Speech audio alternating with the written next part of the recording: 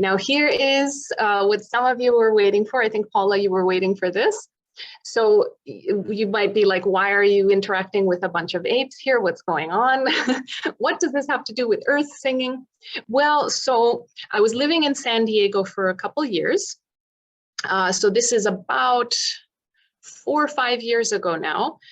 And I was photographing animals at the San Diego Zoo, which is an organization that breeds endangered species in order for them to have a better chance of survival in the wild. So I'm not very much a proponent of animals in captivity. I don't agree with like extremely intelligent animals, especially being in captivity, but no animals. However, zoos like San Diego Zoo do a wonderful job of keeping records and specimens of reproductive fluids of these animals so that they don't go extinct in the wild. And actually, bonobos are extremely endangered. There may be only 10,000 of them left in the whole world.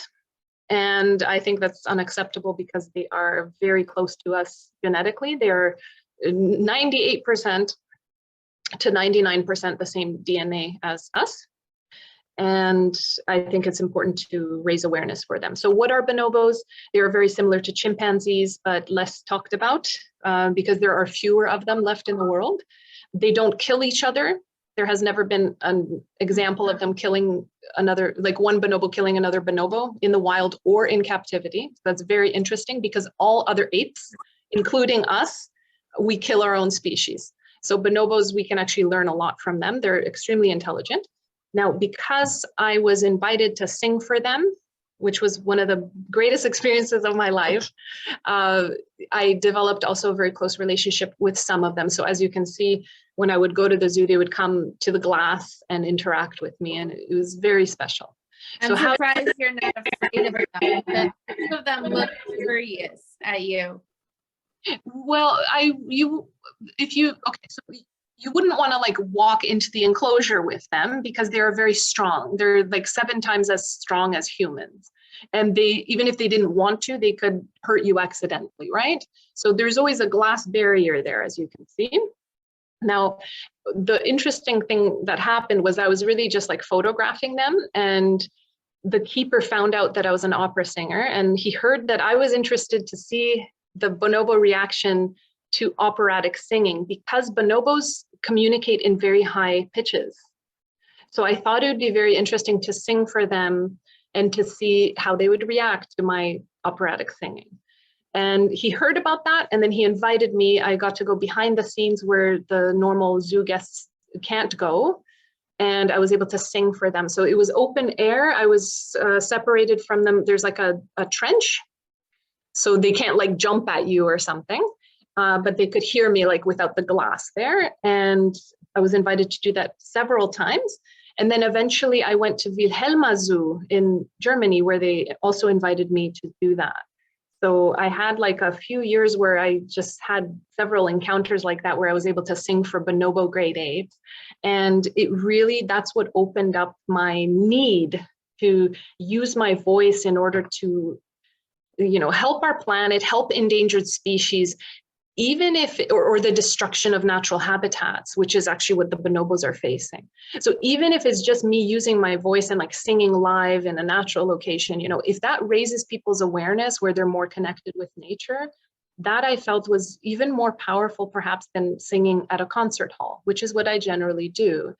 So these bonobos, you know, I always loved nature. I felt very connected with nature. But when I had this experience, I realized, hey, you know, I can maybe use my voice, even if it's in a small way, to raise awareness for these environmental issues that like I really care about.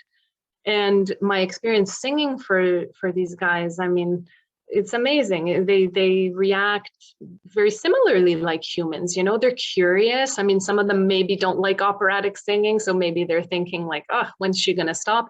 Others are really interested and they'll like clap and ask for more. So the San Diego Zoo group, they have their own little language, like each bonobo community has their own language. And in this group, they actually clap when they want more of something. So I had a couple of the bonobos, like when I would stop singing, they would like clap.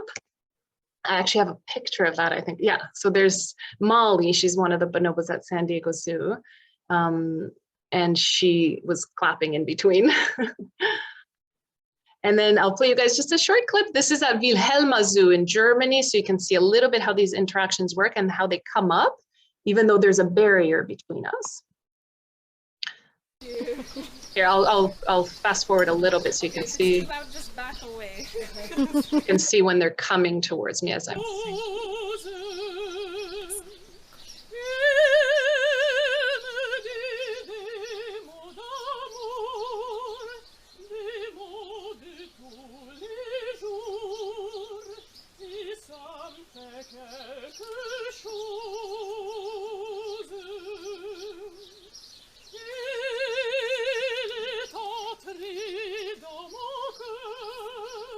And they actually had, like above me, when you saw me facing forward, there was actually like a climbing structure above me. So they were also like right above me, like over my head.